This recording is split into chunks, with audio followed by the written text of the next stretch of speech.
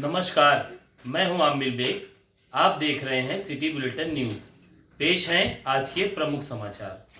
कांग्रेस कार्यकर्ता आज की पीढ़ी को कांग्रेस शासनकाल में किए गए कार्यों से अवगत कराकर भाजपा सरकार की धर्म के नाम पर राजनीति करने की सच्चाई को जनता के बीच उजागर करें। यह बात अखिल भारतीय कांग्रेस कमेटी के सचिव और प्रभारी उत्तर प्रदेश राजेश तिवारी ने पार्टी कार्यालय कमला नेहरू भवन में आयोजित संगठन सृजन अभियान एवं सेवा सत्याग्रह की समीक्षा बैठक में कही। अध्यक्षता जिलाध्यक्ष अखिलेश यादव और संचालन जिला उपाध्यक्ष अनिल सिंह ने किया। इस मौके पर श्री तिवारी ने कहा कि हमें एक एक मतदाताओं तक पहुंचकर भाजपा की कथनी करनी को उजागर करना होगा एवं सभी कार्यकर्ताओं को सभी मतभेद भुलाकर एक होकर संगठन के लिए कार्य करना होगा, तो निश्चित रूप से ही आने वाला मिशन 2022 कांग्रेस पार्टी का होगा। प्रदेश सचिव व जनपद प्रभारी हनुमंत विश्वकर्मा ने कहा कि जो भी दिशा निर्देश प्रभारी ने हमें दिए हैं, हम उसका अक्षरशः पालन करते हुए आने वाले विधानसभा चुनाव में पार्टी का परचम लहराने के लिए अपनी पूरी ताकत लगा देंगे। जिलाध्यक्ष अखिलेश यादव ने भी कार्यक्रम को संबोधित किया। इससे पूर्व पार्टी कार्यालय पहुंचने पर कांग्रेस कार्यकर्ताओं ने पूरे गर्मजोशी से प्रदेश सचिव राजेश तिवारी का स्वागत किया। बैठक के बाद कई लोगों ने कांग्रेस की सदस्यता भी ग्रहण की। कहने का जो मुख्य मकसद ये था कि हमारे कार्यकर्ताओं से मिलकर करें और बूथ स्तर पे कांग्रेस पार्टी के संगठन को खड़ा करना, कांग्रेस की विचारधाराओं को लोगों तक लेकर जाना और खासकर जो योगी जी की सरकार 4 साल से ऊपर इस प्रदेश में हो गई है, उसकी जो विफलताएं हैं और जिस वजह से सैकड़ों लोगों की मौतें कोरोना की वजह से जो हुई है, वो प्रबंधन की वजह से, उन बातों को लोगों तक लेके जाएं। प्रियंका जी के संदेश जो है गांव तक हमारा पहुंचे। प्रियंका जी ने जो लोगों की दवाइयों की व्यवस्था जो की है गरीबों के लिए, उसका भी अवलोकन करना कि वो सही तरीके से वितरण उसका हो रहा है कि नहीं। अनहोनी कभी किसी का इंतजार नहीं करती। यदि सजगता रहे तो उसे टाला जरूर जा सकता है, पर शायद प्रशासन इसके प्रति गंभीर नहीं। कुछ ऐसी ही लापरवाही अयोध्या जिले में देखने को मिल रही है। प्रशासन की अनदेखी के चलते बीकापुर में प्रयागराज हाईवे पर दोनों तरफ सब्जी मंडी लग रही है, जो कभी भी किसी बड़े खतरे का सबब बन सकती है। जी हां, हम बात कर रहे हैं बीकापुर तहसील क्षेत्र में हाईवे के किनारे लगने वाली सब्जी मंडी की, जो कभी भी बड़ी दुर्घटना का सबब बन सकती है। आलम यह है कि प्रयागराज हाईवे के किनारे लगी सब्जी मंडी में खरीदारी के लिए लोगों का हुजूम उमड़ पड़ता है और वहीं से भारी संख्या में वाहनों का आवागमन भी होता है, जो किसी बड़ी दुर्घटना का कारण बन सकता है। स्थानीय लोगों का कहना है कि हाईवे के किनारे लगने वाली मंडी के कारण पहले भी कई दुर्घटनाएं हो चुकी हैं। बावजूद इसके प्रशासन व मंडी समिति ने कोई सबक नहीं लिया। स्थानीय लोगों का कहना है कि इस मामले को लेकर एसडीएम सहित अन्य जिम्मेदार अधिकारियों से कई बार वार्ता हुई, लेकिन नतीजा सिफर ही रहा। स्थानीय लोगों ने मांग की है कि जिला प्रशासन व मंडी समिति हाईवे के दोनों पटरियों पर लगने वाली सब्जी मंडी को हटाकर कहीं उचित स्थान पर ले जाने का विचार करे। मंडी यहाँ से हटनी चाहिए, प्रशासन को इसकी व्यवस्था करनी चाहिए। यहाँ आए दिन चुटपुट घटनाएं हुई करती है, इसके लिए प्रशासन को कोई व्यवस्था करना चाहिए। यहाँ दूर दूर से किसान आते हैं, ना उनको रहने का ना बैठने की कोई व्यवस्था यहाँ है। क्या नाम है? मोहम्मद कलीम। बीकापुर तहसील मुख्यालय पर लगने वाली इस मंडी, जो सब्जी मंडी लगती है, उस पर अनहोनी के बादल मंडरा रहे हैं। कोई भी दुर्घटना का यहाँ शिकार हो सकता है। बावजूद इसके कोरोना काल चल रहा है और सोशल डिस्टेंसिंग तक का पालन यहाँ नहीं होता। भीड़ यहाँ पर रोज उमड़ती है और स्थिति ये होती है कि मास्क तक लोग नहीं लगाते। स्थानीय लोगों का कहना है कि बड़ी संख्या में यहाँ पर वाहनों का आवागमन होता है, जो खतरे का सबब बना हुआ है। यहाँ हाईवे के किनारे जो है ना मंडी लगता है, बहुत भीड़ रहता है, यातायात में बहुत व्यवधान पैदा होता है। उसके बाद आने जाने वालों को बहुत परेशानी होती है। आए दिन छोटी मोटी घटनाएं भी होती रहती हैं, आगे भी बड़ी घटना होने की आशंका बनी रहती है। इसलिए प्रशासन से निवेदन है कि मंडी को कहीं सुरक्षित जगह पर शिफ्ट किया जाए, ताकि यहाँ के लोगों को सुविधा और मिले। क्या नाम है? अमित गुप्ता हमारा नाम है। एक्सीडेंट हुआ? मंडी जो है जो नेशनल हाईवे पर लग रही है ये गलत है और इससे कई एक्सीडेंट पहले भी हो चुके हैं, काफ़ी शिकायतें भी हुई हैं। उसके बाद भी प्रशासन चुप मारे बैठा हुआ है। टाउन एरिया द्वारा व्यवस्था की जा रही थी लेकिन उसमें विवाद के कारण जो है वहाँ मंडी गई नहीं। और भी जगह हैं प्रशासन के पास, आज तक चुप मारे बैठी हुई है, वहीं कहीं व्यवस्था नहीं कर पा रही है। क्या नाम है आपका?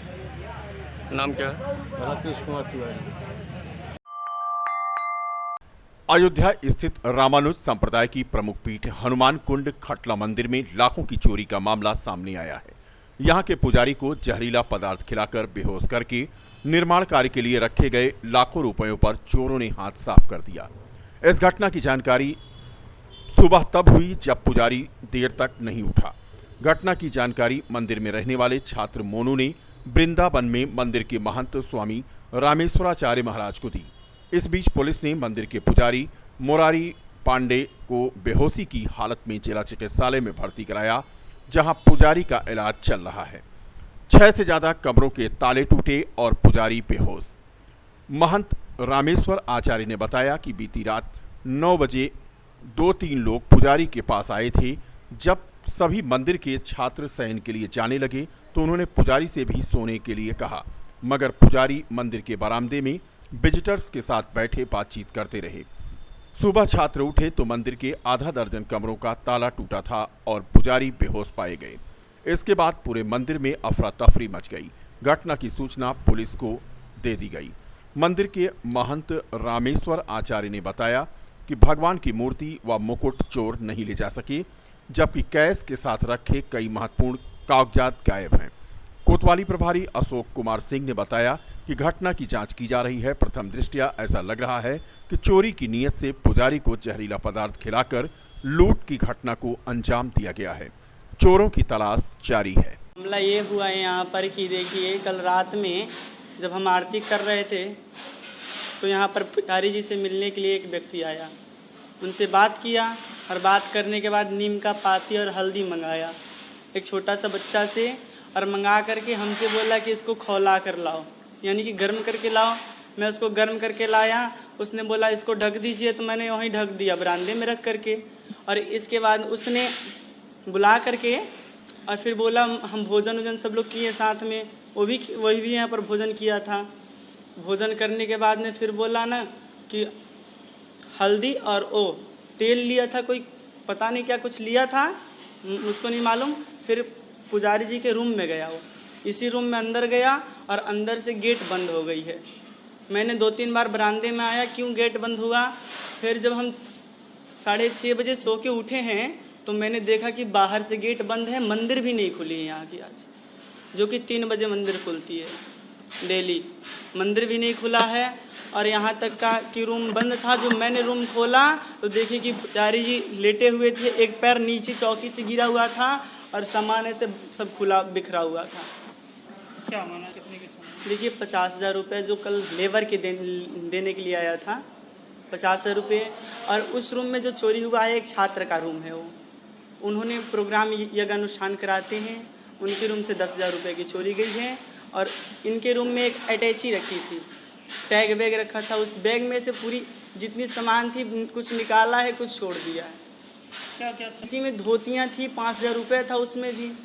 क्या मंदिर को कुछ जेवरात? मंदिर का जेवरात अब उसके लिए तो देखना पड़ेगा, अंदर कुछ छुए नहीं, पुलिस वाले छूने नहीं दे रहे हैं।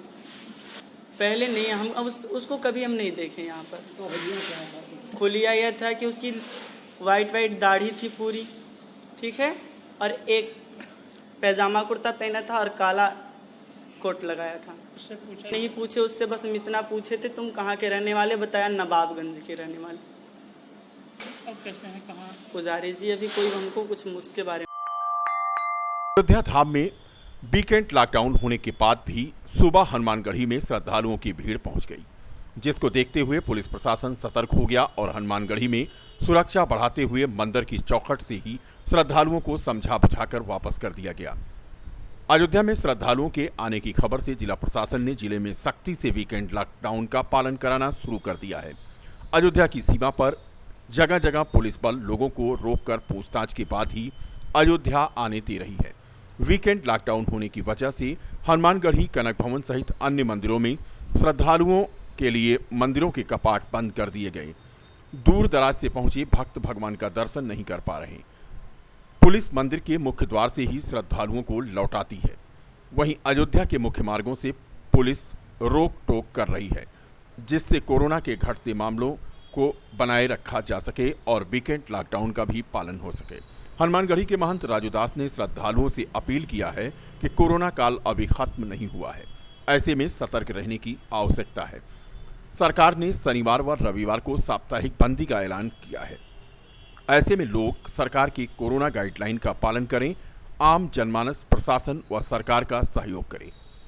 देश के लिए मेरा संदेश है कि कोरोना संक्रमण काल अभी ख़त्म नहीं हुआ है। आप देखिए कि तमाम हॉस्पिटल, तमाम लोग जो लोग कोरोना से संक्रमित हैं, पीड़ित हैं, जिनके परिवार में लोग ख़त्म हो गए, उनसे पूछिए क्या पीड़ा है, क्या दर्द है। तो अभी लोगों को सतर्क होने की ज़रूरत है। अभी सतर्कता से तो साप्ताहिक जो प्रदेश सरकार का जो कोविड गाइडलाइन है कि सप्ताह में शनिवार और रविवार बंदी का, तो उसी के तहत आज मंदिर में आम जनमानस का प्रवेश वर्जित है। तो प्रशासन के लोग अथक प्रयास कर रहे हैं कि लोग ना आए, क्योंकि आप देखिए मंगलवार को किसी कारणवश भीड़ इतना ज़्यादा हो गया था, पूरे देश में बवाल लोगों ने काटा था। इसके तहत आज 2 दिन की बंदी है। तो मैं निवेदन करूंगा प्रशासन के लोग से कि किसी को मारने की खदेड़ने की ज़रूरत नहीं है, लेकिन प्यार से समझाकर और आम जनमानस इस चीज़ को माने, इस चीज़ को समझे, प्रशासन का मदद करे, प्रशासन का सहयोग करे कि जो साप्ताहिक बंदी है उसका पालन करे, फॉलो करे। अभी संक्रमण कम नहीं हुआ है। अभी मास्क की, सोशल डिस्टेंस की और हर व्यक्ति वैक्सीन लगवाए, ये अभी ज़रूरत है। इसके नाते अगर प्रशासन के लोग भगाते हैं, दूर करते हैं तो अच्छी बात है।